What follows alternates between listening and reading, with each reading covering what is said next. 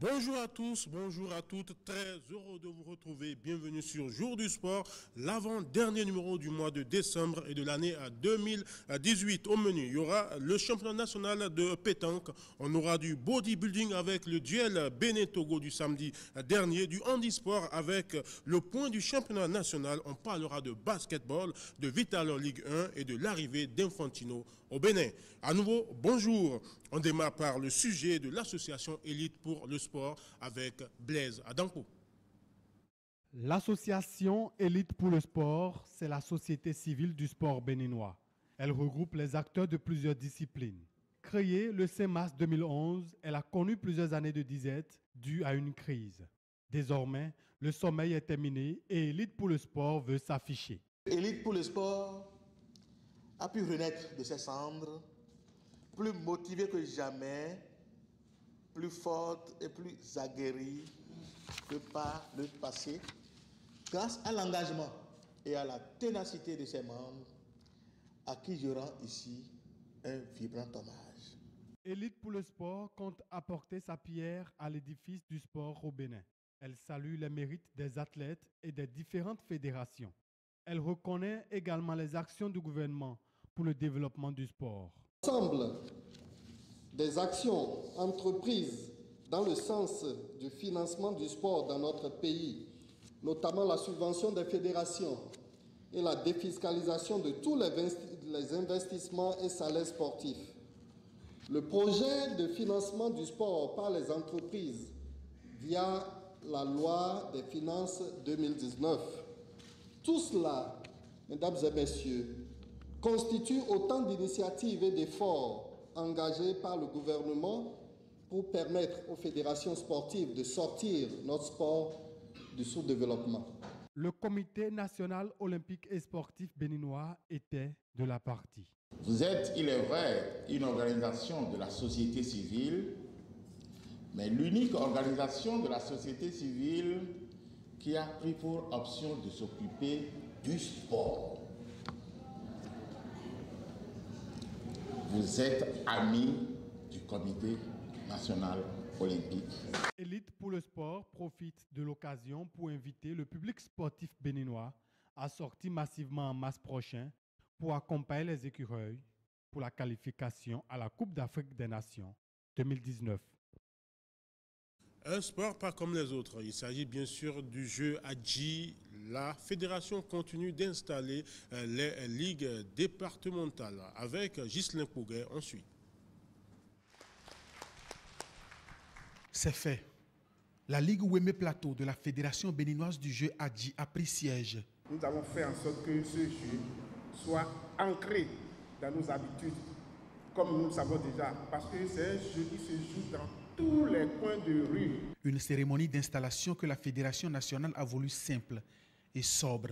Notre objectif, en fait, c'est de développer le jeu, de faire progresser ce jeu-là dans le sens de faire connaître le Bénin sous d'autres plans. Le Bénin est pratiquement leader du jeu en Afrique, et puis je vais dire même dans le monde, parce que les meilleurs joueurs sont au Bénin en ce moment. Ce jeu qui est connu depuis l'avènement, depuis nos ancêtres, on y jouait, mais aujourd'hui il y a quand même de très bonnes attentes de ce côté-là. On a fait des compétitions au plan national, au plan international. Le Bénin a gagné le trophée. Et nous comptons vraiment porter le flambeau au niveau de l'Afrique et du monde. Et donc permettre des joueurs d'être bien formés, d'avoir des licences et de compétir sur tous les cieux, de façon à ce qu'ils tirent profit de ce jeu-là. Le bureau de la Ligue Ouémé Plateau du jeu Adji est conduit par Michel Baou, maire de Apro-Misrété et grand pratiquant du jeu. Je vais tout réorganiser avec les membres de la Ligue, du bureau de la Ligue. Nous allons tout faire. D'ici à là, avec la bénédiction de la fédération, nous devons lancer des tournois de jeu Adji, réorganiser les équipes du jeu Adji qui existent sur le terrain, les doter des statuts et règlements. En tout cas, je crois que nous ferons de merveilles, je vous promets. Les autres départements attendent le bureau national pour le même exercice. Merci à vous, Ghislain Poguet. On se rend du côté du Hall des Arts Sport et Loisirs cette fois-ci pour parler de ping-pong, championnat national de tennis de table. Blaise Adankpo était au Hall des Arts pour vivre pour nous le lancement de ce championnat. Dans l'enceinte du Hall des Arts de Cotonou, ça va d'un côté à l'autre. Avec habileté, les pongistes s'affrontent. C'est le rendez-vous des championnats nationaux. Les joueurs, c'est 17 clubs qui sont affiliés à la fédération.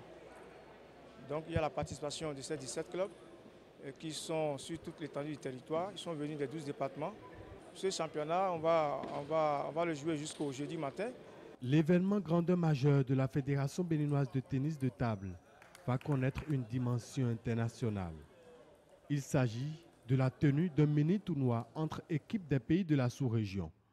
La compétition est dénommée Blaise Soglo. Le tournoi international Blaise Soglo qui va commencer concrètement le vendredi 21.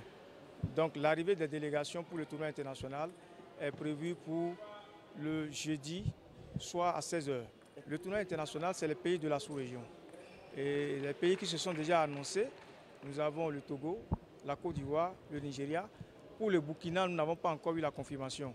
Le Bénin a cette particularité comme pays organisateur qui va représenter deux équipes, équipe A, équipe B. Donc on aura Bénin 1 et Bénin 2 pour la compétition Blaise Soglo. Les championnats nationaux de tennis de table se déroulent en individuel et en équipe. Les deux meilleurs vont représenter le Bénin pour le tournoi Blaise Soglo. Championnat clôturé le jeudi dernier. On va vous présenter l'agréable plateau que nous avons ce matin. Deux belles dames à nos côtés et en face, bien sûr, des pratiquants d'arts différents, taekwondo et puis pétanque. Mais je commence par ma droite avec les deux belles dames, grandes championnes. Elles sont internationales béninoises et jouent au sein des écuries de basketball. Elles sont sociétaires de l'association sportive du port autonome de Cotonou en matière de basketball. Mais elles sont ici ce matin pour nous parler d'un tournoi de basketball qu'elles organisent. Il s'agit bien sûr du tournoi de la détente organisé par les Amazones de la jeunesse ou les Amazones pour la jeunesse. Mais je commence par les présenter. Juste à côté de moi, Somakou Marlène, bonjour. Bonjour Aspice, bonjour chers téléspectateurs. Allez, on va sentir plus de punch dans votre voix dans quelques instants. Juste à côté, il y a bien sûr Kouké Annie, bonjour. Chers téléspectateurs. Et le basketball féminin béninois, ça se porte bien? Ça va. Allez, en face, on a bien sûr Joël Ayena. Il est vice-président de la Ligue Atlantique Littorale de pétanque et surtout organisateur d'un tournoi de pétanque dénommé Tournoi des leaders. Bonjour. Bonjour, monsieur le journaliste. Bonjour, chers téléspectateurs. Juste à côté, il y a bien sûr Thionika Ulrich. Lui va nous parler de taekwondo. Bonjour. Bonjour Spice, bonjour chers téléspectateurs. Allez, on va repartir la régie avec Ulrich pour suivre l'élément suivant, le temps de revenir en studio, en plateau, autant pour moi, pour parler de ces différentes activités. On parle d'handisport. Le championnat national a regroupé plusieurs disciplines sportives. C'était à Porte-Nouveau et à Cotonou. Patrick Ayali, Blaise Adankpo ont suivi pour nous cet événement sportif, le plus grand pour ce qui concerne nos frères souffrant d'handicap. Ce championnat national de handisport a connu des fortunes diverses. Au longueur homme T13, Martial Kenom est en or grâce à une performance de 4,43 m. La finale des hommes T11 a été remportée par Boris Sauton en 15 secondes 8 centièmes.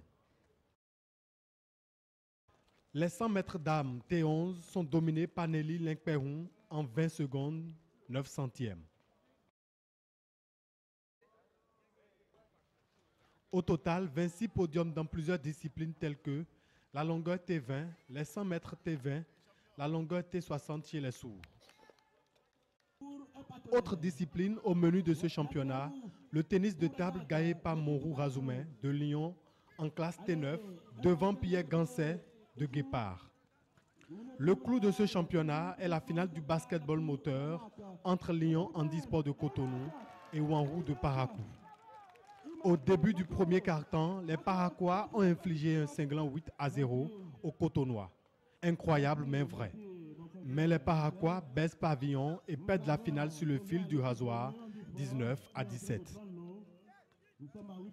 Le constat que j'ai fait, c'est que l'équipe de Parakou a progressé.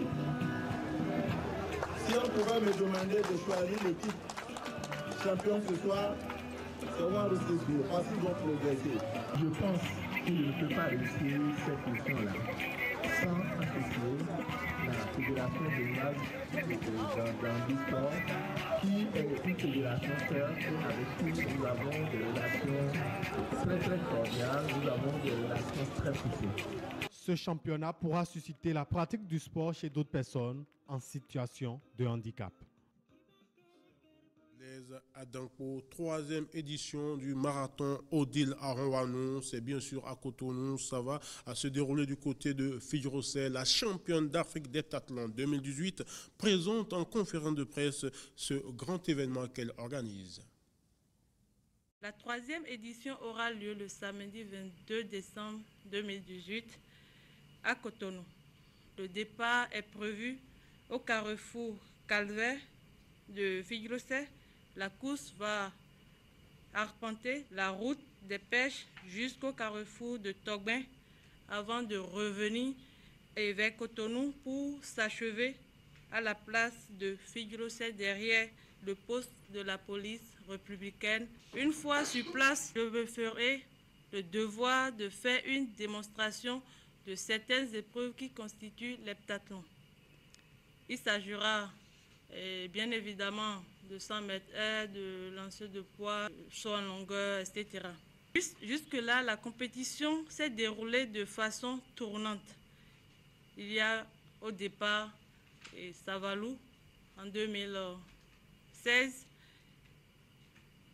et en 2017, la course a pris son départ de Guaïkon pour s'achever au stade de Goro à Abomey. Cette année, c'est Cotonou qui abrite l'événement dont l'inscription a démarré. Tous ceux qui manifestent le désir de participer sont les bienvenus sans condition. En fait, comme on a l'habitude de faire chaque année, il y a les 3 premiers qui auront des trophées, plus enveloppe, médaille. Les 7 qui vont suivre de chaque sexe, ils auront des médailles, des t-shirts, des lots. Donc, on prime les 10 premiers de chaque sexe. Pour ce qui nous rassemble aujourd'hui, le marathon Odile Aronwanou, ça nous fait plaisir parce que ça permet à l'athlétisme, notre discipline, de se faire valoir. Oui, la compétition s'est déroulée, je vais dire la course s'est déroulée ce matin du côté de Figueroa. Si vous aviez pris par la route des pêches, vous auriez constaté que la voie était barrée parce qu'il y avait assez de monde pour participer à cette belle initiative d'Odile Aronwanou, championne d'Afrique d'heptathlon.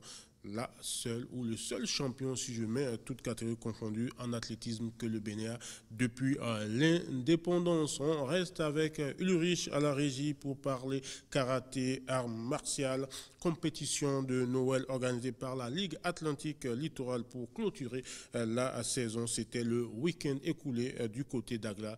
Blaise Adankpo pour le point. Karaté Noël, c'est la dernière compétition de l'année 2018 pour les karatékas des départements de l'Atlantique et du littoral. La préparation était simplement pour un mois. Donc tout le souci était donc de bien conduire cette compétition. Voilà, nous tendons vers la fin, on ne remercie que Dieu. Plus de 150 karatékas ayant entre 6 ans et 14 ans ont étalé leur talent sur le tatami. La compétition nous a permis, comme je l'avais dit à certains journalistes la dernière fois, c'était d'étaler les talents, n'est-ce pas, de nos jeunes athlètes. Oui, on l'a vu. Nous avons donc des athlètes qui se sont bien comportés. Nous constatons qu'il reste encore des choses à faire. La compétition fut difficile, mais l'objectif est atteint pour les jeunes enfants. J'ai gagné une médaille d'or. Ça me fait vraiment plaisir d'avoir cette médaille d'or. Comment ça s'est passé sur le tatami? Ça s'est bien passé, sauf que j'ai eu un peu de difficulté à travailler. Par exemple, aux positions de base, bien me tenir le pied pour ne pas tituber et tomber. Je pense qu'en suivant mes coachs et en travaillant sur la position de base. J'ai participé à la compétition et j'ai une médaille d'or en kata. Je suis un joueur parce que mes coachs m'ont aidé à corriger mes difficultés. J'ai gagné une médaille d'or en kata. Oui, je suis vraiment très contente. Je voudrais aussi féliciter tous les compétiteurs. Je n'ai pas eu l'occasion de voir tout le monde, mais du peu que j'ai vu, je dis qu'un travail se fait. Karaté Noël pour enfants, c'est donc un pari réussi pour la Ligue de karaté Atlantique Littoral.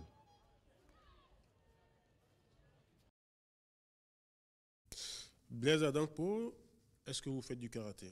On va le savoir à la fin de l'émission. Juste à côté de moi, quelqu'un qui pratique du taekwondo, Ulrich Tionika. Vous êtes membre de l'association Passion Taekwondo. Rebonjour. Bonjour Hospice. Dites-nous, vous organisez ce week-end, je crois bien. Oui, demain dimanche. Une compétition de taekwondo, de quoi s'agit-il concrètement? En fait, dans le souci de bien passer la fête de Noël aux enfants, nous avons dénommé notre compétition Noël pour les enfants. Et c'est l'association Passion TKD qui l'organise, et avec la contribution de beaucoup d'autres associations. Donc demain matin, ils seront tous au rendez-vous à Intia, et devant le Roi des Arts à 7h. Vous organisez ça donc en plein cœur de Cotonou, cette compétition. C'est au sein du hall ou en face? En face du hall. En face du hall. Oui. Quelles sont les conditions remplies pour participer à cette compétition? Alors, il faut être d'une association, d'un club, avoir l'âge entre 4 et 12 ans.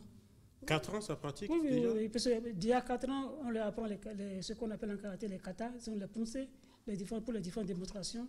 Parce que pour la compétition, ce n'est pas seulement les compétitions, il y a également les différentes démonstrations, comme les épreuves de casse. Donc il y aura le kata et les comités, c'est ça? Les pomsés. Les pomsés, vous dites. En fait, dites. les pomsés en taekwondo, c'est ça que les karatékas appellent kata. Les kata, ok. Voilà. Et c'est catégorisé oui, les pomsés sont souvent catégorisés par grade. Donc ceux qui sont les débutants, ils ont leurs pomsés, les plus avancés, ils ont leurs pomsés. Et là, parmi de tout l'effectif, il y a plusieurs catégories.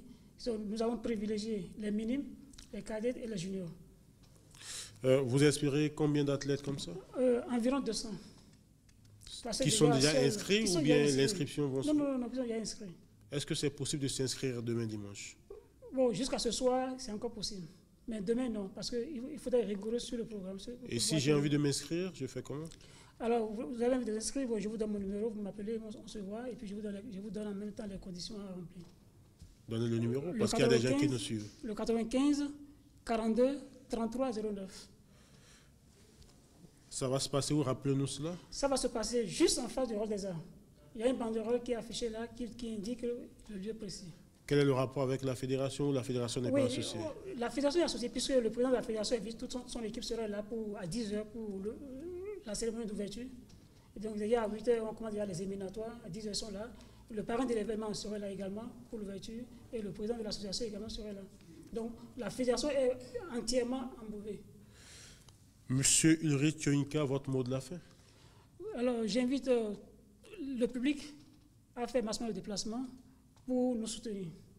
Merci à vous d'être passé sur ce plateau. Nous vous raccompagnons avec des images de judo. Cette fois-ci, on va se rendre en Chine. Le master des meilleurs judokas, ce sont les 16 meilleurs dans chaque catégorie qui se retrouvent du côté de la Chine à chaque fin d'année pour tout simplement se donner du plaisir et donner du plaisir à ceux qui aiment cette discipline. On est à Canton et à Gbeyenou, y était pour la France.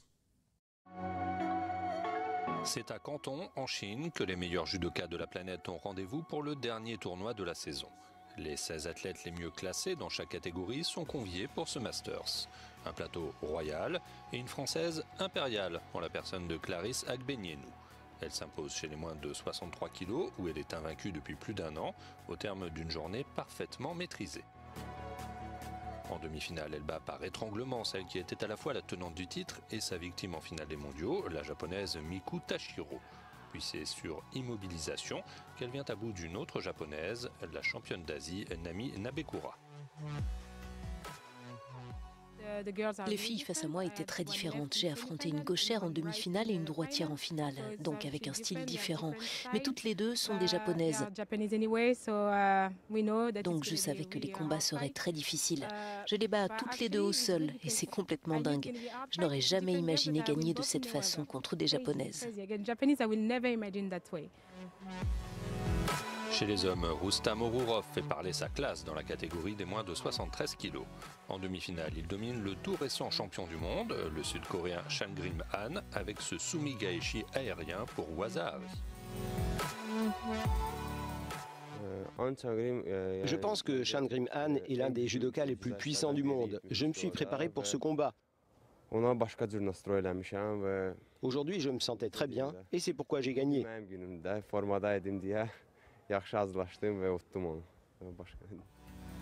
Pour conclure sa journée avec une médaille d'or autour du cou, le vice-champion olympique Rustam Orurov domine le Canadien Arthur Marguelidon sur un autre Waza-Ari après 16 secondes dans le temps additionnel. À peine 16 secondes, c'est le temps dont a besoin d'Istria Krasniki pour remporter sur Ippon la finale des moins de 48 kg.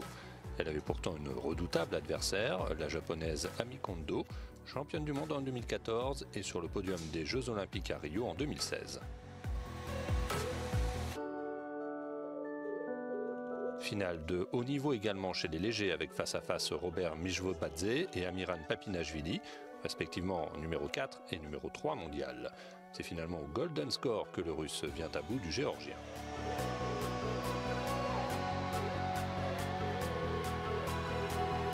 En 52 kg, la Française Amandine Bouchard s'incline en finale devant Natsumi Tsunoda, symbole de la domination japonaise lors de cette première journée du Masters. Ses compatriotes Tsukasa Yoshida et Yoshiro Maruyama font également hisser le drapeau nippon sous le plafond de la salle de Canton qui accueille ce week-end l'élite du judo.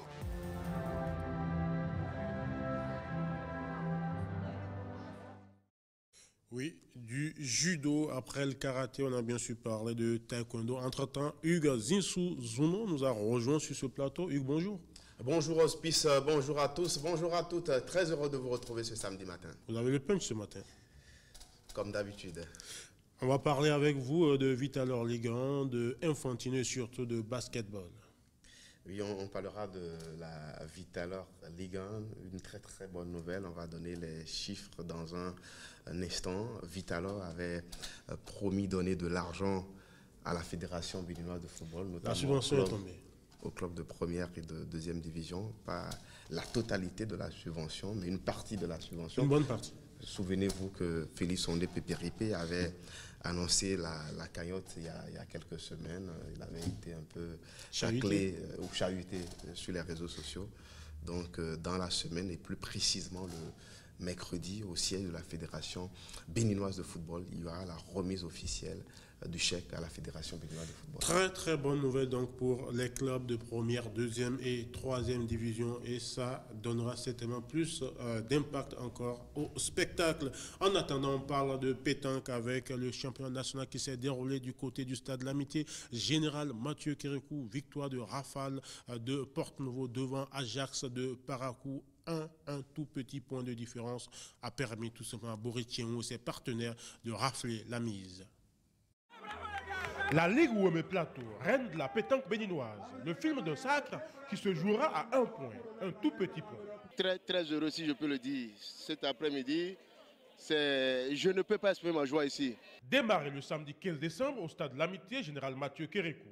Cette phase finale de l'édition 2018 du championnat national fera passer le futur vainqueur Rafale PC par toutes les émotions. Je suis très content, très ravi d'avoir été champion du Bénin 2018. 2 ou 3 fois déjà, j'ai été en finale et j'ai perdu. Cette fois-ci, j'ai gagné. Alors, c'est la grande joie. Souverain en début de compétition, les favoris sortiront tous leur marron du feu. PCAC, Prestige, Ajax, Rafale, les outsiders Gancon, Tonnerre sont également au rendez-vous des quarts de finale. La surprise du chef sera le club Léopard de Natitengu. À cette étape de la compétition, les niveaux semblent plus proches. Dans un match supposé être facile pour Ali Taïrou et ses équipiers du Pétanque Club d'Abomey-Calavi, Léopard de Nati Tengou crée la surprise en remportant les 2 doublettes. Les hommes de Godomé, dos au mur, sont dans l'obligation de remporter les 2 triplettes pour passer en demi. Ils n'y parviendront pas. Vainqueurs de la première rencontre 13-0 en triplette, ils échoueront 13-7 dans la seconde. Un coup de tonnerre. Tonnerre du Koufo ne tonnera pas devant Rafale de l'OMI. La faute à Amir Adeni des grands jours. La présence de l'expérimenté Louis Tiaou parachèvera l'œuvre en triplette. Luc Kouéou n'y pourra pas grand-chose, balayé en triplette par son Benjamin Amir. Prestige du promoteur Roland Fagon balaye Sakété, 4 matchs, 4 victoires, entrevoyant la journée du dimanche avec beaucoup d'ambition. Le dernier quart qui oppose les 2 Marcel de la sélection nationale, Bétaglé du club Gancon de Boycon et Biot de Ajax de Paracou tournera à l'avantage du second. Écrasé en doublette méconnaissable 13-2, 13-5, Gancon tentera de renverser la tendance en triplette. Face à son capitaine en sélection, Biot, Bétaglé fera le job, 13-3. Eric Dagan, dans l'autre triplette d'Ajax, se chargera d'arrêter le téléchargement du rêve de Gancon de Boycon 13-7. Je ne peux qu'être satisfait d'abord de l'arrivée de tous les départements et de la participation massive de tous les joueurs et également du niveau qu'ils ont présenté lors de cette édition. Rafale sera expéditif en demi face à Prestige PC, avec un 3/7 au compteur des rencontres. Prestige inhibé ne se retrouvera pas. Le 13-0 infligé par Moustaine Adeni, l'aîné de Amir, à la triplette de Rouillet Alain est révélateur. Dans le derby du Septentrion, Léopard de Nati Tengou, à La Petit, Issifou Aziz et ses équipiers s'offrent le luxe de contraindre Ajax de Marseille Biot au partage des points en doublette. Mieux, à la différence de points, ils avaient 1 point d'avance sur Ajax. Les Paraquois ont le salut grâce au 13-0 de Marseille infligé à la triplette de Korazaki Adom. Dans l'autre match des triplettes, les Nantais s'imposent 13-9. Battu 13-1 en finale du championnat national 2017 par PCSAM, Ajax de Paracou avait sa revanche à portée de main. Mais rien ne se passera comme souhaité par les Paraquois. Marcel et Gaudia remportent la première doublette 13-4 face à la fratrie Adeni. La seconde est remportée par la doublette de Boris Tiaou, 13-6. En triplette, l'équipe de Marcel Biot s'écroule 13-0 face à Père Tiaou, le fils Boris et Mohamed Nadjimou en feu. Dans l'autre match des triplettes, les Porte-Noviens font l'essentiel. Défait 13-3, Amir Adeni offre le titre à Rafale. 33-32 au total des points. Peut-être on va corriger seulement le mental des joueurs. Parce que si chaque fois on arrive en finale, on perd, peut-être c'est le mental qui n'est pas haut. Parce que bon, il peut dire que mes partenaires ont peut-être la pression du jeu. Mais... Marcel Biot et Ajax de Bondarou échouent à 1 point du sacre. Un tout petit point, a-t-on envie de dire, mais suffisant pour faire le bonheur de Porte-Novo. Cette année, beaucoup de jeunes talents ont participé à ce championnat national. L'entraîneur national Thierry Babagueto analyse leur performance. J'ai perdu la finale, bon, de justesse. Je crois qu'il doit y avoir un perdant et un gagnant. On est à victoire égale et j'ai perdu la finale à 1 point près. Mais comme il fallait un vainqueur, et mes adversaires l'ont remporté. Non, je crois que au niveau du Borgo Alibori, on n'a pas de problème. Nous avions déjà pris la coupe par 2 fois de suite. Et cette année, nous sommes 2e. Avec 1 point de différence, je crois, l'année prochaine, nous allons encore faire mieux pour que nos adversaires soient peut-être même battus à 0. Donc, il n'y a aucun problème. Vous devez comprendre que le niveau était vraiment haut par rapport à tous ceux qui sont venus au niveau de la finale. C'est ça. Voilà. Oui. Nous allons continuer ce que nous avons commencé, c'est-à-dire les championnats internes au niveau de la Ligue, et la motivation au niveau de chaque club, les compétitions internes au niveau de chaque club. Et je pense que l'année prochaine, nous ferons encore le jeu, le grand jeu, c'est ça. Vous venez de suivre à l'instant le président des ligues Womé Plateau et Borgou Alibouri, les deux ligues qui étaient en finale de ce championnat national de pétanque 2018. On reste avec les autorités de la pétanque. Cette fois-ci, on va suivre l'honorable Garba Yaya, président, vice-président autant pour moi de la Fédération béninoise de pétanque. Je voudrais dire toute la satisfaction de la fédération pour ce que nous avons vu et les résultats. Dieu a voulu que le Nord prenne 2 et que le Sud prenne 2. C'est un équilibre qui s'est établi. Je dois dire félicitations au staff technique, le DTN national et le chef d'orchestre. Merci, comme on le dit affectueusement, pour tout ce qu'ils ont fait pour encadrer cette compétition dans les meilleures conditions. Et Dieu a voulu aussi que les gens se remettent en cause. Parce que lorsque vous pensez que vous êtes au toit de la compétition de pétanque, eh bien, on vous montre que plus jeune ou moins expérimenté peut gagner. Je suis fier de l'équipe de l'Ouémé Plateau. Applaudissez pour eux. Et vous avez vu le résultat sans m'étriquer, mais il donne des leçons. C'est un résultat qui donne des leçons. Un point d'écart, c'est extrêmement important. Si on prend la coupe au tir au but au football, eh bien c'est la coupe qui est la plus importante. Donc un point, c'est suffisant parce que c'est ça qu'il fallait pour prendre la coupe. On va suivre à présent Guy Tronon, le directeur technique national. Il parle des projets par rapport à la formation des formateurs. Bon, les joueurs qui nous ont frappés dans l'œil, si vous voulez, dans tous ces départements qui ont été qualifiés pour venir à la phase finale, nous avons déjà des joueurs bien ciblés puisque nous avons quand même un répertoire de tous les joueurs. Et la plupart qui sont venus faisaient partie de ces équipes, de ces clubs qualifiés et qu'ils ont fait une bonne prestation pour nous. Bon, c'est vrai que le niveau est légèrement plus haut que d'habitude, qui fait que, quelque part, les clubs bien fournis, qui ont plus d'effectifs de qualité, ont émergé plus que d'autres. Parce que nous avons fait quand même un championnat de clubs à 7 joueurs, où nous faisons des formations entre doublettes et triplettes avec un coach. Mais vous savez, ce n'est pas une chose facile, mais si vous avez remarqué, tous les week-ends, dans tout le Bénin, la pétanque se jouait. Tous les dimanches, tous les samedis, vous avez des clubs qui jouent leur compétition, puisque c'était des départementaux qu'on faisait pour pouvoir qualifier ces clubs-là. Donc aujourd'hui, je pense que la fédération a fait ce qu'il fallait pour que la pétanque puisse gagner encore du terrain et qu'aujourd'hui, au niveau où nous sommes, nous ne pouvons que dire que l'avenir est prometteur. On va parler de la formation des formateurs. En tant que direction technique, tout d'abord, je vous remercie pour la question parce que c'est question de moyens. Quand on dit formation des formateurs, quand il faut former les coachs, il faut des moyens.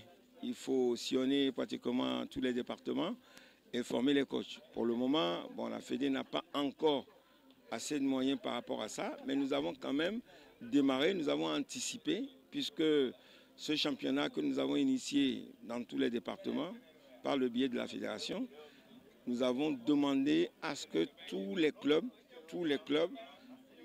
dans leur compétition, puissent présenter un coach.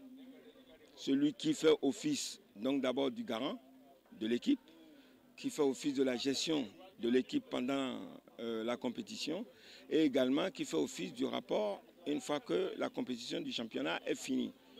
Donc ceux-là, ceux qui ont eu la chance d'être qualifiés, qui sont venus, on les a également, la fédération les a encore conviés, c'est-à-dire on a convié donc les 7 joueurs plus leur coach. Ce n'est qu'un début puisque nous voulons également anticiper pour apprendre aux gens à savoir gérer l'être humain sportif. Et ce n'est pas facile parce que dans notre milieu sportif en tant que pétanque, c'est tellement varié que nous avons plusieurs disciplines. Également, nous avons plusieurs niveaux, nous avons plusieurs postes et qui fait que le coach doit être vraiment initié. Donc pour le moment, nous sommes à l'étape d'initiation pour qu'il s'imprègne de la difficulté que cela a. Et maintenant, quand la fédération aura des moyens, nous allons faire donc une formation pour ceux-là, pour qu'ils puissent vraiment répondre à nos attentes, puisque bon, déjà sur le terrain, ils ont acquis un peu d'expérience, bien qu'ils n'y arrivent pas à gérer, mais au moins ils ont su ce que c'est que d'être un coach. Joël Aina, vous êtes vice-président de la Ligue Atlantique Littoral de pétanque. Votre ligue a perdu en demi-finale dans ce championnat national, alors que c'est la ligue qui regorge le plus de joueurs. Oui, ça c'est vrai. Et les autres aussi n'ont pas démérité, hein. Faut l'avouer. Ils sont venus pour gagner. On va parler de votre compétition, le tournoi des leaders de pétanque. De quoi s'agit-il concrètement? Bon, c'est une coupe que nous avons dénommée la Coupe des leaders. Et je dirais simplement que c'est une festivité de retrouvailles des leaders autour de la pétanque. C'est membres de fédération, c'est présidents de club, c'est responsables qui ont pour passion commune la pétanque. C'est un creuset qu'on leur offre de se retrouver et de discuter de notre pétanque. Ça va se passer comment? Ça va se passer demain 23 à Dekoumbé. Nous avons déjà, c'est sur invitation, nous avons invité déjà les leaders, 32 équipes. Nous avons déjà fait le tirage, les poules sont connues, donc demain, ils viennent et ça démarre. Qui sont ces leaders qui pourront peut-être, qui ne sont pas très connus du grand public comme Boulis, mais qui pourront impressionner demain du côté de Dekoumbé? Bon, il y a les présidents des clubs qui, pour la plupart, font beaucoup de choses, mais on ne les connaît pas. Je vais nommer, par exemple, le président du PCAC, Ibo Désiré. Il y a, bon, Lounora Gabayaya aussi qui sera là. Il y a le président de Fraternité Pétanque Club d'Abo Mekalavi qui sera là. Il y a moi-même, l'organisateur, je serai de la partie. Bon. Apparemment, si on vous entend, c'est que les autorités sont plus importantes que les joueurs, puisque vous citez les autorités, alors que moi j'ai cru comprendre que c'est le jeu qui était la priorité. Oui, tout à fait, le jeu est la priorité, parce que dans chaque équipe, la particularité c'est que l'équipe est composée de 3 joueurs. Donc le titulaire c'est l'autorité, il est perçu comme le joueur joker de l'équipe et il se fait accompagner de joueurs. Donc tel que les équipes sont constituées à notre niveau au club, nous avons vu qu'il y a pratiquement tous les grands joueurs qui seront au rendez-vous. Les grands joueurs du Bénin seront au rendez-vous. Donc c'est une véritable... Au fait, ce que je pense que Hugues veut comprendre, est-ce que c'est une compétition comme les autres ou c'est une compétition pour les autorités? C'est une compétition pour les autorités. Pour les autorités. Et comme ça va se jouer en triplette, il faut qu'ils s'accompagnent de 2 joueurs de leur choix. Voilà qui est clair. Exactement, parce que... Et je parie que des millions de téléspectateurs qui suivaient avant n'avaient pas compris grand-chose. Clairement, ce qu'il expliquait. Il y a 32 équipes, ce sera en poule ou en élimination directe? En poule. En poule. Il y aura 8 poules de 4. Nous avions déjà fait le tirage et déjà, je peux vous dire que chaque autorité sait déjà dans quelle poule il va évoluer et connaît déjà ses adversaires potentiels déjà pour demain. Votre mot de la fin? Bon, j'invite tous les présidents de clubs ou les collègues des ligues, des autres ligues à faire pareil, que c'est comme ça que nous pouvons promouvoir notre pétanque. Créer un cadre où, par exemple, demain, il y aura une pause déjeuner où les autorités qui n'ont pas la chance de se voir autour de cette compétition, ils vont s'échanger, par exemple, sur l'avenir de notre pétanque. Et éventuellement, nous allons recueillir les compétitions en vue au niveau de chaque ligue pour en faire un calendrier que nous allons soumettre en proposition à la fédération. Donc, encore une fois, je voulais dire merci pour cette occasion qui m'a offerte de présenter la Coupe des leaders sur votre plateau. Je rappelle que vous êtes aussi président de Crystal Pétanque Club. C'est du côté de Dekoumbé. Vous pouvez nous situer ça un peu? Oui, vous arrivez à Dekoumbé, Nyekendi. Juste, vous prenez le pavé de l'usine d'engrais tout droit, vous arrivez à fin pavé, après l'église catholique. Vous continuez sur la terre ferme, votre quatrième roue à votre droite, tout droit, vous tombez sur le boulodrome. Merci à vous, Joël Aynan. Je rappelle, vous organisez la Coupe des leaders de pétanque. C'est demain du côté de Dekongbe. Ça va mettre aux prises les responsables du club et les patrons de la discipline pour tout simplement se donner du plaisir. On repart à la régie cette fois-ci pour parler des talents qui sont venus s'exprimer lors de ce championnat national. On va suivre l'entraîneur national Thierry Babagweto qui revient sur leurs performances respectives. Marcel Gbetablé, qui était déjà en sélection nationale, qui est venu avec une forme assez bonne. Il a confirmé, je pense que il a été très apprécié dans la partie durant ces 2 jours-là. Malheureusement, son com n'a pas pu se qualifier pour les demi-finales, et raison pour laquelle il n'est pas au rendez-vous ce matin. Et quant au jeune Roland et Fagbohun, qui est du corps de Prestige, c'est un jeune qu'on observait depuis. Et il faut dire que de jour en jour, il confirme. C'est regrettable qu'on l'ait noyé dans un effectif qui n'a pas pu lui permettre de se retrouver en finale. Nous avons le jeune Ami Adeni dont on ne parle plus. Ami qui confirme. Je veux dire que Ami est l'élément moteur de l'équipe Rafale. Si cette équipe est arrivée en finale, je crois que c'est grâce à l'énorme performance de ce jeune-là, soutenu par certains, dont son frère Moussaïd Adeni. Est venu Mota Kora également, c'est un jeune que nous avons mis dans le moule. Et pour quelques imperfections, il n'a pas pu participer à la dernière phase qui a abouti aux 4 que nous avons retenus pour l'équipe nationale qui devrait être au mondial dernier au Canada. Mais c'est un jeune qui a continué à travailler et nous l'avons vu depuis hier. Il est venu avec une très bonne forme. Et nous leur souhaitons assez de courage et nous les espérons quand même à un niveau si déjà au niveau de la direction technique, puisque nous réfléchissons déjà avec la fédération pour voir ce que nous pouvons faire pour maintenir ces jeunes-là en forme afin que la relève puisse être assurée. Page basketball à présent et sur ce plateau, comme je l'avais dit en début de mission, il y a 2 grandes championnes, 2 charmantes dames, 2 belles dames que Hugues connaît très bien. Hugues, 2 grandes championnes qui sont là pour nous parler de basketball, une discipline que vous adorez. Bien sûr, 2 joueuses de notre championnat. On n'a pas l'habitude de voir des joueuses sur ce plateau qui sont là pour parler de leur événement.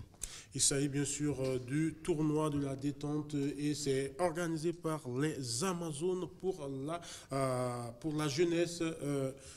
Madame Somako Marlène, c'est quoi Amazon pour la jeunesse? Pourquoi? C'est quoi? Amazon, c'est un regroupement de joueuses. Nous avons eu cette initiative parce que des fois, il y a des compétitions auxquelles nos équipes respectives décident de ne pas s'engager. Et compte tenu de l'amour que nous avons pour la chose, nous avons envie de jouer. Donc voilà, on a décidé de se mettre ensemble. C'est des joueuses de diverses équipes. Donc on s'est mis ensemble et on décide souvent de participer aux compétitions. Voilà. Donc Hugues ne peut pas faire partie des Amazones? Non. Exclusivement femme. C'est exclusivement femme. Exclusivement femme, ça a le mérite d'être très très clair. Même si on est sympathisant de la cause féminine, on ne peut pas faire partie. On ne peut que rester en périphérie. Et nous soutenir. Voilà. Juste à côté de vous, il y a bien sûr Kouké Annie. Elle est basketteuse du côté de l'association sportive de Port-Autonome de Cotonou. Elle vous a rejoint là-bas puisque vous étiez du côté d'énergie. D'énergie, oui. Voilà. Pourquoi avoir décidé d'organiser une compétition dénommée Détente Basketball? Oui, cette compétition vise à clôturer l'année en beauté.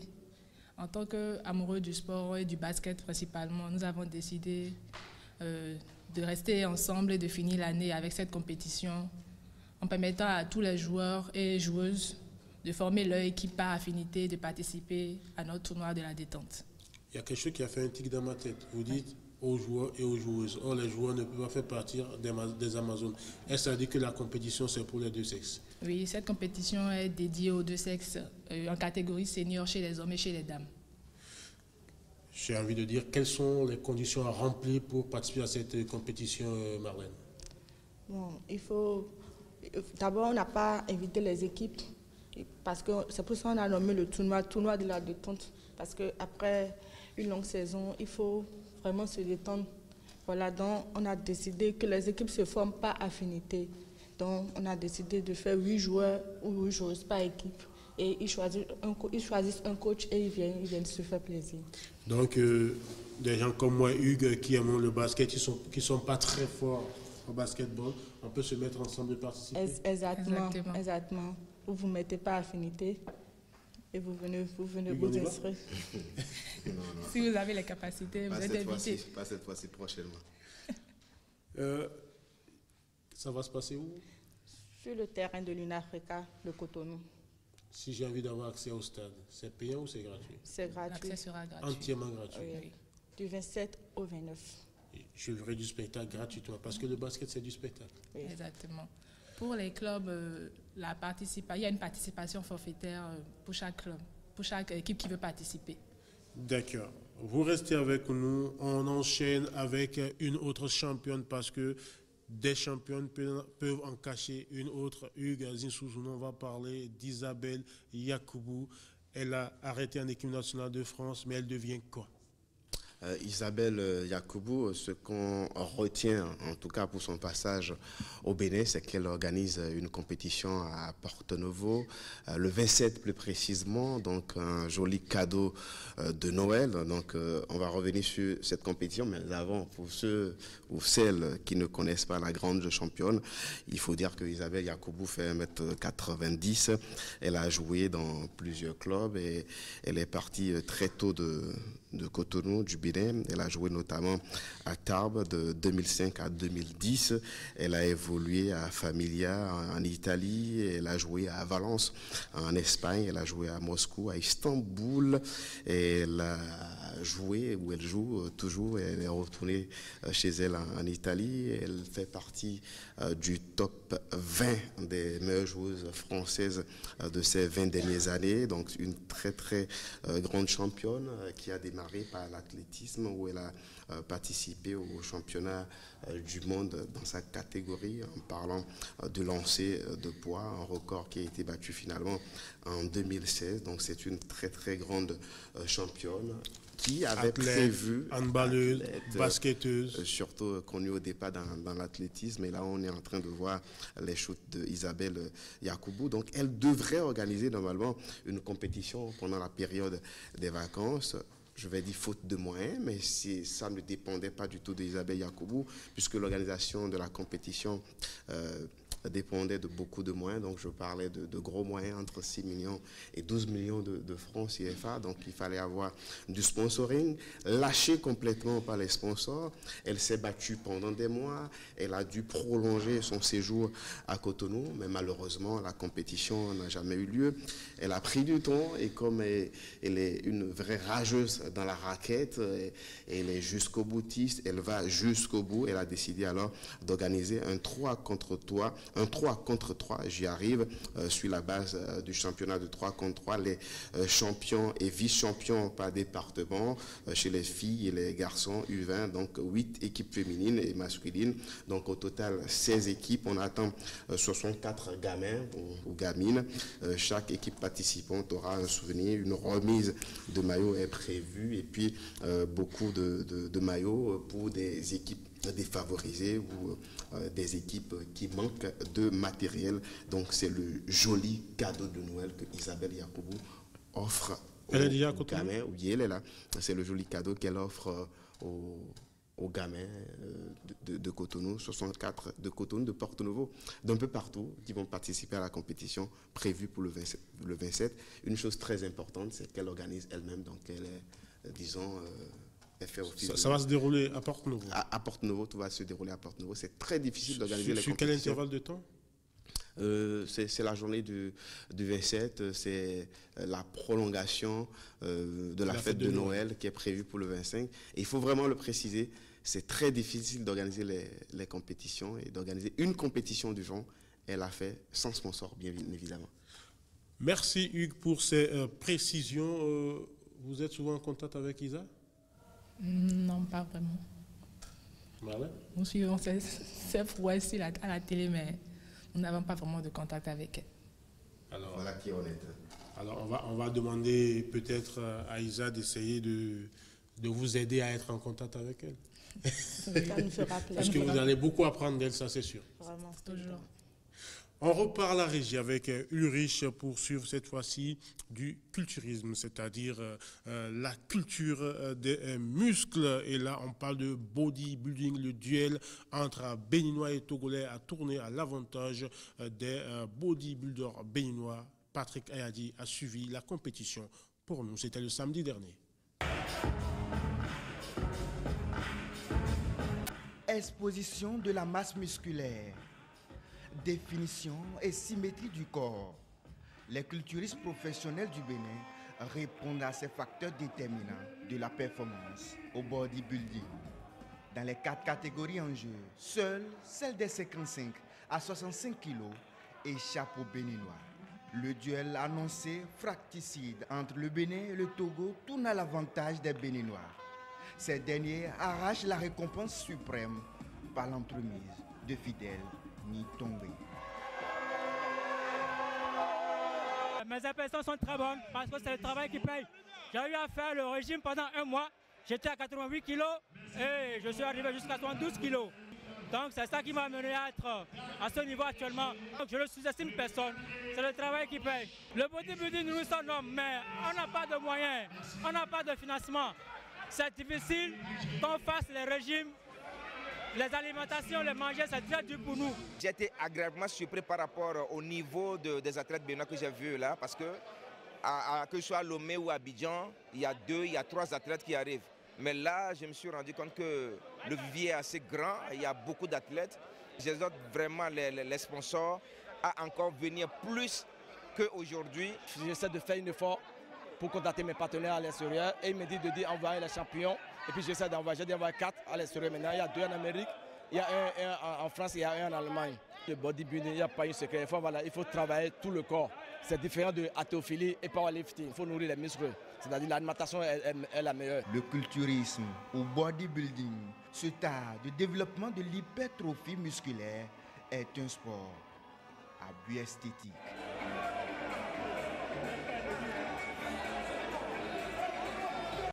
Hugues, c'est beau, hein? Aux femmes d'apprécier, moi je ne sais pas, on va demander. Est-ce que vous aimez des hommes comme ça, en forme, costauds? En tout cas, moi, pas trop musclé quand même.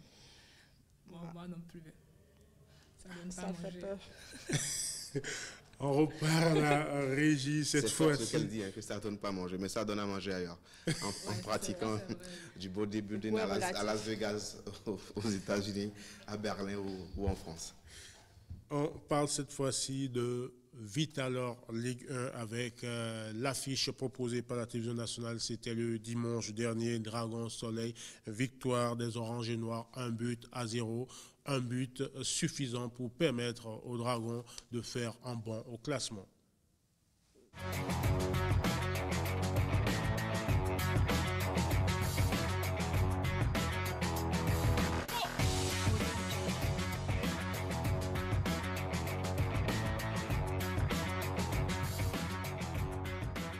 Et le coup d'envoi de cette 7e journée de Ligue 1, ce sont les Oranges et Noirs, les Dragons de Lomé qui ont donné le coup d'envoi de cette 7e journée. Ousmane Makaremi qui avait touché entre-temps le ballon. Le ballon n'est pas très loin du rond central et n'est pas perdu par les Dragons qui gardent la possession de ce ballon. Et un joli geste technique, les Dragons qui ont bien entamé ce début de rencontre après 25 secondes de jeu. Une première offensive, même s'il ne va pas rattraper ce ballon. Et on va suivre ce coup franc de l'équipe de Soleil. 7e minute. Les Oranges et Noirs sont en train de constituer le mur pour ce coup franc. Ils sont deux sur ce ballon pour exécuter ce coup franc. Diallo, très facile, dans les gants de Amoussou, qui peut relancer la machine orange et noir. On va suivre cette action.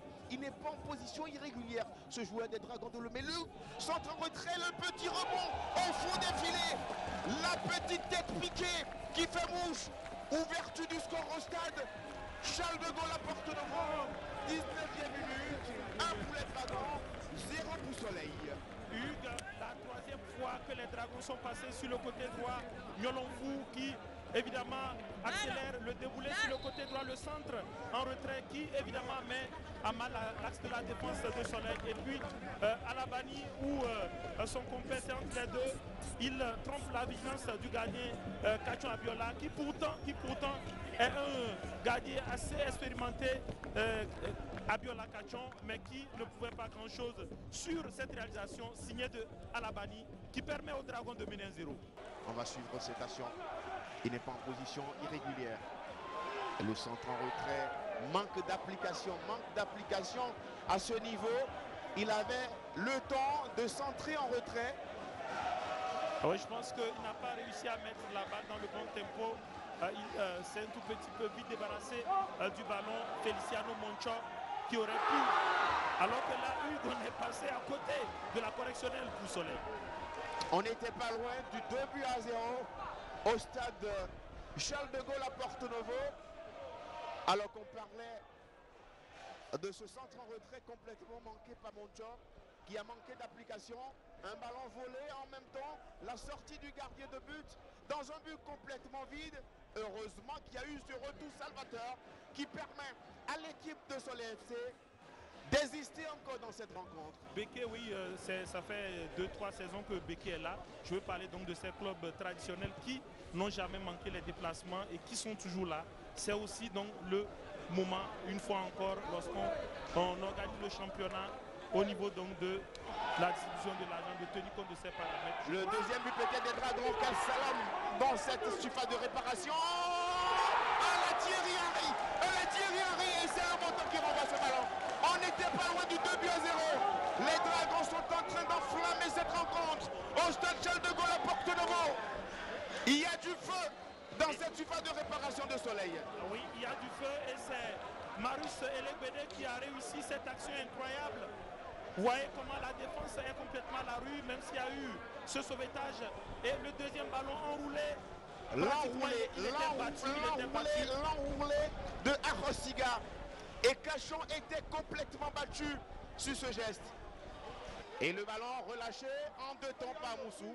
Le gardien de but des Dragons, on lui a chauffé enfin les gants. La balle de l'égalisation et l'arrêt du gardien à Moussou.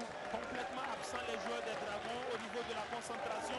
Vous avez évoqué le carton jaune écopé par Amoussou qui est en train vraiment de grignoter le temps. Ce n'est pas encore le cas. On n'est qu'à l'heure de jeu, il reste encore 30 minutes à jouer. Et sur cette action, on a vu que Raimi Karimou, que lui aussi a écopé d'un carton jaune il y a quelques instants, a vraiment mis à rude preuve l'axe de la défense aisée et Videcon qui évidemment ont manqué de réglage sur le coup. Il va falloir rapidement se réveiller parce que là, les Dragons sont en train de se mettre, on va le dire ainsi, dans de mauvais draps.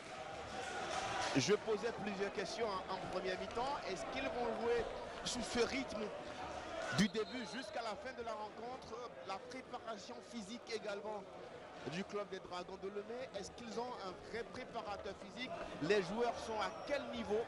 C'était des questions qu'on se posait depuis très longtemps. Un remplacement, l'entrée de Ruffin Gauthier. Ballon oublié entre-temps. La passe est mauvaise puisqu'elle a été donnée dans le dos du partenaire. L'une des réalisations, il n'est pas hors jeu, Le petit ballon dans le petit filet extérieur de Amoussou. Ah oui, c'est pas passé loin. Il a été oublié. Exactement, alors qu'on pensait que c'est une action anodine. Et regardez Hugues, au début de l'action, vous voyez que le joueur Diallo, en remontant la balle, a écarté sur le côté, mais il a fait une course pratiquement de 20 mètres. Personne n'était là en soutien et ça a pris tout le temps. On pensait que c'est une action anodine. À la fin, ça a failli coûter cher Donc, il faut faire attention. C'était limite. Une position irrégulière, mais il n'était pas hors jeu. Il a bien joué dans le bon tempo. Pour une fois, les poulains de Bidé Jonas ont failli inquiéter Amoussou, le gardien de but des Dragons de Lomé. Je parlais de Bidé Jonas et je vais terminer sur son parcours. Avant de terminer sur son parcours, la frappe. Ballon ressorti de façon propre par les défenseurs des Dragons de Lomé. Il n'est pas en position régulière, il n'y a rien absolument. Il faut qu'il y aille tout seul. Très altruiste. Quel arrêt. Il a failli se blesser.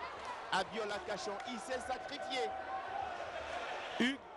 Arrêt de gardien de but. Exactement, mais moi une fois encore je suis impressionné par le travail sur le côté droit de Garik Nolonfou. C'est lui qui apporte le danger, vous l'avez dit. Il aurait pu aller en solo, il aurait pu justement chercher la solution individuelle, mais il a préféré servir Gauthier de l'autre côté qui a armé sa frappe en première intention, mais Cachon il s'est sacrifié, ah oui, il a tout donné, il pouvait même se blesser. On connaît les centres en retrait. Au premier poteau, au deuxième poteau. Et la frappe. L'arrêt de Amoussou. Amoussou a fait peut-être 30% de cette rencontre pour les Dragons de Lomé en deuxième mi-temps. Clairement, Hugues, il va falloir tirer un coup de chapeau à Gérard Amoussou sur cette action. Alors que c'est allé très vite sur une contre-attaque. Vous étiez en train d'évoquer la frappe complètement manquée des joueurs des Dragons sur l'action qui a suivi. Évidemment, ils étaient exposés, les Dragons. Heureusement que Gérard Amoussou a été à la hauteur. C'est ce qu'on demande à un gardien de but, être décisif. C'est souvent très difficile pour les gardiens de but de ne pas être sollicités dans une rencontre et de voir quelques frappes arriver comme ça, des actions chaudes arriver comme ça, d'être présent pour arrêter les balles. Il reste 7 minutes, donc on parlait du Oroya avec un très grand président qui est vraiment ambitieux. Et Cachon, quel match il fait. On peut parler d'un match des gardiens de but cet après-midi. Et les qui sort. Et l'entrée de Ibrahim à 2 minutes 30 du terme au stade Charles de Gaulle de Porto Novo. Et l'un des tout derniers coups francs dans cette partie. Soleil n'a pas brillé. Est-ce que Soleil va choisir la 88e minute pour briller enfin dans ce stade Charles de Gaulle? Va-t-on assister à l'égalisation sur ce coup franc? Pas sur cette occasion. Oui. Pas sur ce coup franc, très mal exécuté. Haïté, la frappe de Haïté, repoussée par Cachon Abiola. Frappe à bout portant sur Cachon Abiola. C'était une super frappe, Hugues. Sans beaucoup prendre d'élan, il a vraiment ajusté le gardien. 94e minute de jeu. Sortie de Amoussou qui sort de la surface de réparation, qui lâche le ballon. Un coup franc indirect. Un coup franc indirect ou juste au niveau de la ligne des 18 mètres. Geste pas très maîtrisé de Amoussou qui sort complètement de sa surface de réparation. Et c'est là où il faut demander au gardien d'être toujours concentré. Il a les yeux rivés sur le ballon. C'est comme s'il n'a pas vraiment appréhendé la situation. Il a les yeux rivés sur le ballon, mais j'ai aussi l'impression qu'il n'a pas l'expérience parce qu'il essaie d'éviter l'attaquant de Soleil en sortant. Donc s'il a été malin, c'est qu'il fait la sortie et il tombe un peu sur l'attaquant de Soleil qui t'a fait croire à l'arbitre qu'il y avait une faute. Exactement. On va dire, Hugues, je préférerais que vous parliez plutôt un peu donc de malice, un peu de vice. Parce que là, un peu de vice, parce que là, ce n'est pas non plus une attitude catholique sur un terrain. Le tout dernier coup franc, certainement, de la partie. Et le coup franc, c'est la balle transversale. C'est la balle transversale qui renvoie ce ballon. Hugues, il est vraiment génial. Ce Kadri Abdou Diallo, regardez cette balle bien travaillée. C'est tellement bien tiré, c'est tellement bien tiré. Et ça fait parce que Diallo, justement, à Patrick Nikwe qui est comme... il est dans le match, il vit le match. Il est vraiment dans le match. Un peu comme Blaise Adanko depuis le démarrage de cette rencontre. Oui, j'espère que un coup franc tellement bien tiré. Les Dragons ont failli être punis au stade Charles de Gaulle à Porto Novo. Et fin de cette partie, Victoire 1-0 des Dragons de Louémé devant l'équipe de Soleil. L'unique but de la 19e minute, signé Alabani.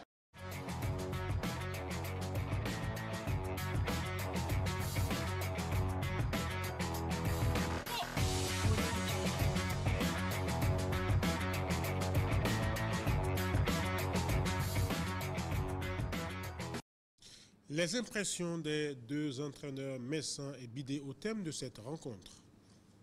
Jonas Bidé, votre équipe perd sur le fil 1-0. L'équipe n'a pas eu les ressources pour revenir au score. Tout à fait, on n'a pas eu les ressources pour revenir au score. Et parce qu'il y a eu trop de déchets et trop de maladresse sur le terrain. Donc moi je dis que c'est pas pour moi, je ne suis pas satisfait de la prestation de mes poulains, mais ils ont donné le meilleur d'eux-mêmes. Donc la meilleure femme ne peut donner que ce qu'elle a, donc c'est ce qu'ils ont fait et on ne peut que continuer le travail pour obtenir ce qu'on attend d'eux. Alors continuez le travail, hein. Lors de la 8e journée, vous affrontez UPI-ONM. Oui, on affronte UPI, ça ne nous fait pas peur, on va continuer le travail pour travailler ce qui n'a pas marché dans ce match pour pouvoir affronter UPI et avoir gain de cause. Alors coach René Messin, vous êtes satisfait de la prestation de votre équipe apparemment? Oui, dans le contenu, on peut être satisfait. Seulement on a vendangé pas mal d'occasions. On aurait pu tuer le match depuis en première partie. En seconde partie également, on a eu quelques occasions qu'on doit mettre là-dedans. Mais les gamins, ils ont confondu vitesse et précipitation. Mais écoutez, à la clé, on prend 3 points très importants. Ça nous permet de recoller au bout des têtes et de pouvoir continuer le marathon. Il va falloir sûrement pour les prochaines rencontres faire un travail spécifique devant les buts avec les attaquants. Vous avez fait une très bonne lecture.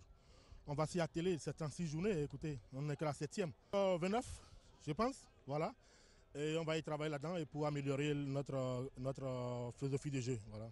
Prochaine journée, vous affrontez l'AS Police. Oui, mais écoutez, on affronte la police toujours dans le même état d'esprit, la gagne. Voilà, il n'y a pas à sous-estimer une équipe.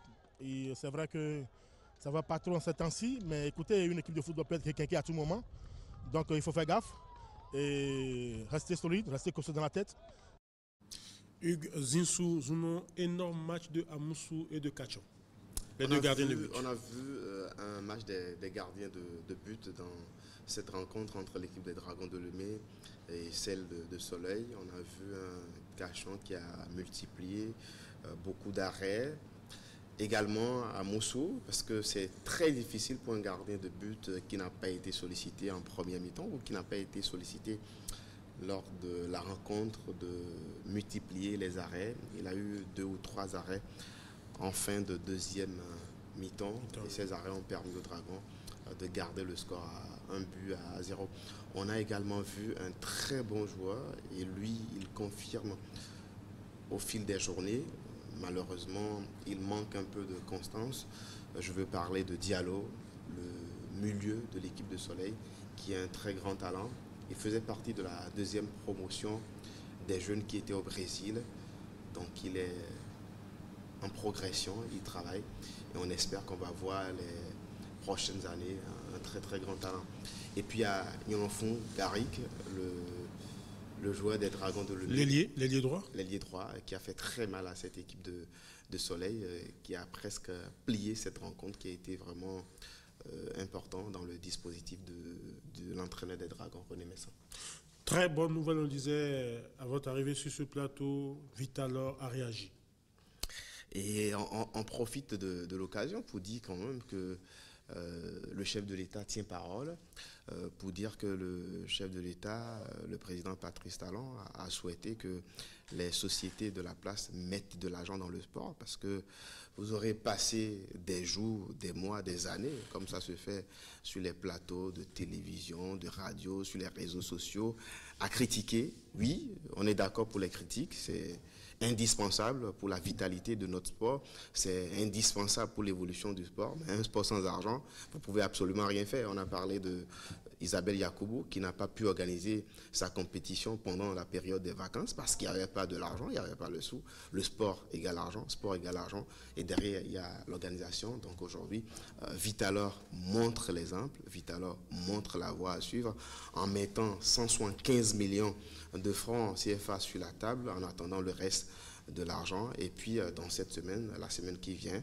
la Fédération béninoise de football va recevoir officiellement les 175 millions, une cérémonie qui sera animée par Félix Sondé Peperipé et par d'autres membres de ce comité exécutif de la Fédération béninoise de football, sans oublier que Vitalor va déplacer tout son national, Vitalor qui a fait des efforts déjà au milieu de cette semaine, et la semaine prochaine ça sera concrétisé. Vous savez que pour jouer un match dans le Septentrion, il faut entre 600 000 et 1 million de francs CFA, donc les clubs dépensent énormément d'argent. On sait également que les clubs qui viennent du Septentrion, je pense notamment au Buffle du Borgo, je pense au Ponterre, je pense au Béquet, qui effectuent beaucoup de déplacements dans le sud de notre pays, ont besoin du pognon, comme on le dit, pour l'organisation d'un vrai championnat. Il faut également payer les joueurs. C'est vrai que lorsque vous créez votre club, c'est supposé que vous avez les moyens, c'est supposé que derrière c'est une société, c'est une organisation. Mais en Afrique, on sait comment ça se passe. Les clubs ont besoin d'une bouffée d'oxygène et de l'État et des sponsors. Voilà ce que Vitalor a fait. Un peu avant, il y avait Ofmas qui avait donné 100 millions de francs CFA au club de... Les 100 millions d'Ofmas ont été partagés au club de première division. Est-ce que les 175 millions concernent seulement les clubs de première division? Honnêtement, et à la minute où je vous parle, à la seconde où je vous parle, je ne suis pas au niveau de la Fédé pour vous donner ces précisions. Je vous donne juste les infos que j'ai jusque-là. Je sais que Vitalor va remettre le chèque dans la semaine, un chèque de 175 millions de francs. Si je pose la question, c'est parce qu'on a Vitalor Ligue 1, Vitalor Ligue 2, Vitalor Ligue 3. Donc, votre question est pertinente, votre question est juste. J'ai échangé, travaillé avec les gens de Vitalor et l'information que j'ai, c'est 175 millions. Je ne sais pas quelle sera la décision de la Fédération béninoise de football et je ne peux pas me mettre à la place de la Fédération et dire des choses après qui vont se retourner contre moi. La Fédération est là. Elle se retournera contre vous. Bien sûr, si je dis par exemple que les sous sont destinés à la Ligue 3, à la Ligue 2 alors que ce n'est pas ce qui est prévu, ou que les sous sont destinés à la Ligue 1 alors que c'est ce qui est prévu. C'est pour ça que je mets vraiment les gants en disant tout ce que je sais, c'est que Vitalor va remettre un chèque de 175 millions à la Fédération, quitte à la Fédération de décider de l'utilisation de ce chèque. Merci à vous, Hugues Zinsou Zouno, direction l'Allemagne, Offenheim, Borussia Mönchengladbach. C'est l'affiche que l'ORTV vous avait proposée lors de la 15e journée. C'était le samedi dernier. Match nul, 0 but partout. William Bassabi était au commentaire.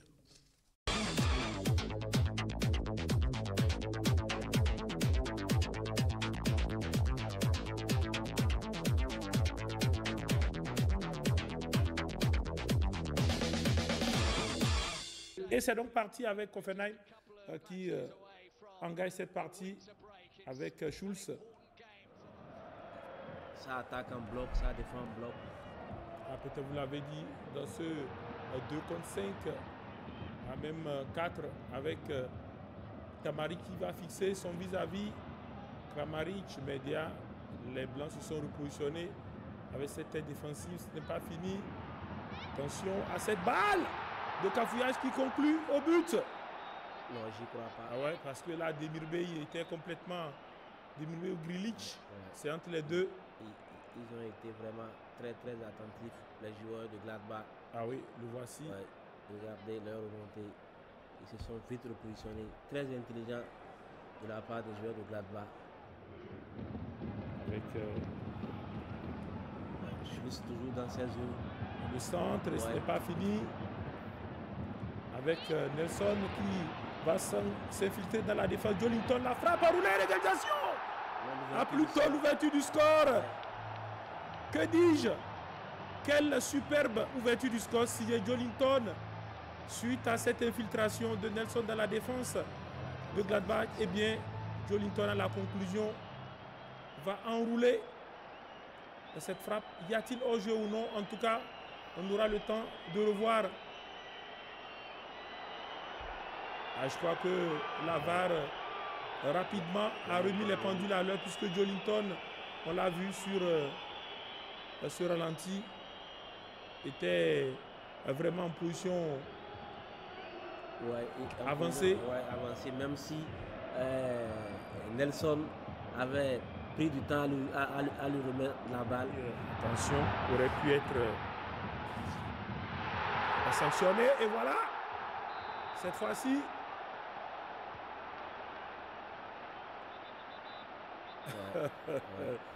Je crois que cet après-midi, Foulelou, pour assister au premier but de la partie, il va falloir encore attendre, alors qu'au début de l'action, une fois encore, on a le sentiment qu'il y a deux alignements hors du jeu. Et malgré la technique et l'inspiration. Qu'est-ce qu'il a voulu faire Kadir avec? C'est vrai qu'il a été surpris par la balle, mais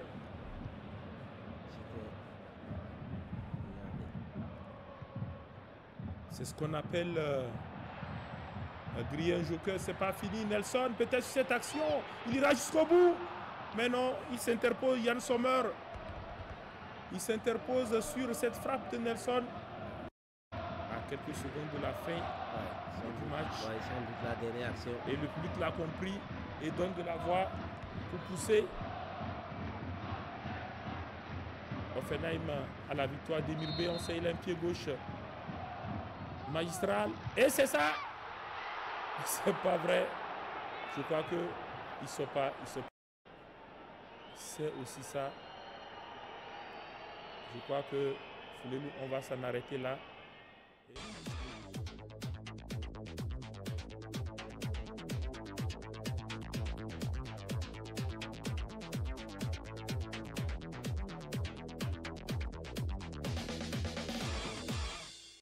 Oui, tout à l'heure à 15h30 avec William Bassabé, vous aurez bien sûr Stuttgart, Schalke, Nofir, c'est toujours le championnat allemand, 17e journée. Hugues Zinsou Infantino sera au Bénin, c'est une certitude. Puis une certitude, Gianni Infantino, élu entre-temps président de la Fédération internationale de football, pas défaut, on dit pas défaut parce que c'est Michel Platini qui était annoncé. Infantino, l'Italo-Suisse, avocat de formation, professeur de droit, a été élu, il a pris le job. En 2019, il sera probablement réélu. Je dis probablement réélu parce que les voyants sont ouverts pour Gianni Infantino. Il a commencé sa campagne par la Russie. Il a rencontré Vladimir Poutine à la place rouge. Donc Gianni Infantino a pris les rênes de la Fédération internationale de football association à l'âge de 45 ans. Donc il sera en tournée dans la sous-région ouest africaine.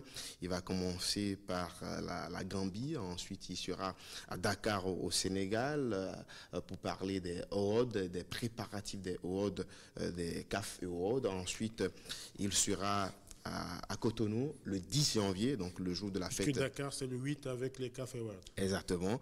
Et le 10, il sera à Cotonou, le jour de la fête du Vaudon. Il va s'occuper notamment des projets Go, du développement du foot béninois. Il faut dire que Gianni Infantino, qu'on a connu l'homme qui a le crâne chauve, monsieur tirage au sort de l'UEFA, donc il a pris le job en étant secrétaire général de l'UEFA. Monsieur propre également, parce qu'il n'était pas mêlé à des scandales avant son élection à la tête de la Fédération internationale de football association. Monsieur polyglotte également, puisqu'il parle au moins 6 langues, le français, l'allemand, l'espagnol, l'italien, le portugais, sans oublier bien évidemment l'allemand. Il s'exprime également un tout petit peu en arabe et quelques mots en russe, donc il arrive. Parle aussi. J'espère qu'il va apprendre le fond une fois de passage à Cotonou. Donc c'est un grand coup médiatique. C'est vrai qu'il est en campagne, mais il aurait pu ne pas venir à Cotonou. Il a été élu plusieurs fois, il n'est jamais venu à Cotonou. Je dis une très très bonne opération. C'est d'ailleurs la première fois qu'un président de la Fédération internationale de football association arrive au Bénin. Il faut dire que l'image de la fédération est positive, puisque Gianni Infantino reçoit une semaine jour pour jour Mathurin Deschacus après, comment dit-on, après son élection à la tête de la fédération béninoise de football, donc le mardi à Zurich. Et puis 5 mois plus tard, Gianni Infantino sera à Cotonou et plus précisément le 10 janvier. On espère que la Fédération béninoise de football va vraiment parler des problèmes du foot béninois, parler des projets goals, du développement, parce que lorsque vous exposez vos vrais problèmes au président de la Fédération internationale de football association, ne pas être dans le buzz, ne pas être dans le bling-bling, ne pas paraître et poser les vrais problèmes au président de la Fédération internationale de football. Exactement, ne pas être dans du match vu. Je crois que la Fédération internationale de football association va accompagner la Fédération béninoise de football. Tout à l'heure, on a parlé de foot business, on a parlé de sponsoring. Et le foot a besoin d'organisation. Donc, il faut envoyer des formateurs au niveau des entraîneurs, des formateurs également au niveau des médias, des formateurs au niveau de l'organisation de la fédération et surtout les projets de développement en ce qui concerne le foot à la base. Je pense notamment au centre de formation. Merci à vous, Hugues Zinsous. Ce sera votre mot de la fin. Les deux dames, je vais commencer par Marlène, votre mot de la fin. Et nous remercions tous ceux qui nous ont soutenus, tous ceux qui nous ont accompagnés et surtout, spécialement, la Fédération béninoise de basketball. Et c'est le président qui est le parrain de l'événement. Nous avons eu son soutien et sa bénédiction. Donc, merci à vous. Kouké Annie, votre mot de la fin. Tout ce que je peux dire, c'est j'invite le public béninois à venir suivre cette compétition. Et nous invitons aussi tous les joueurs et joueuses amoureux du basket à s'inscrire. Redonnez la date. C'est du 27 au 29. Merci à vous. Merci à vous aussi de votre fidélité. Ne bougez surtout pas. Juste après nous, le journal télévisé. Et à partir de 15h30, il y a bien sûr la Bundesliga avec Stuttgart, Schalke, Nofé. Vous serez en compagnie de William Bassabi. Merci à toute l'équipe de réalisation de cette émission. Bye bye et à samedi prochain.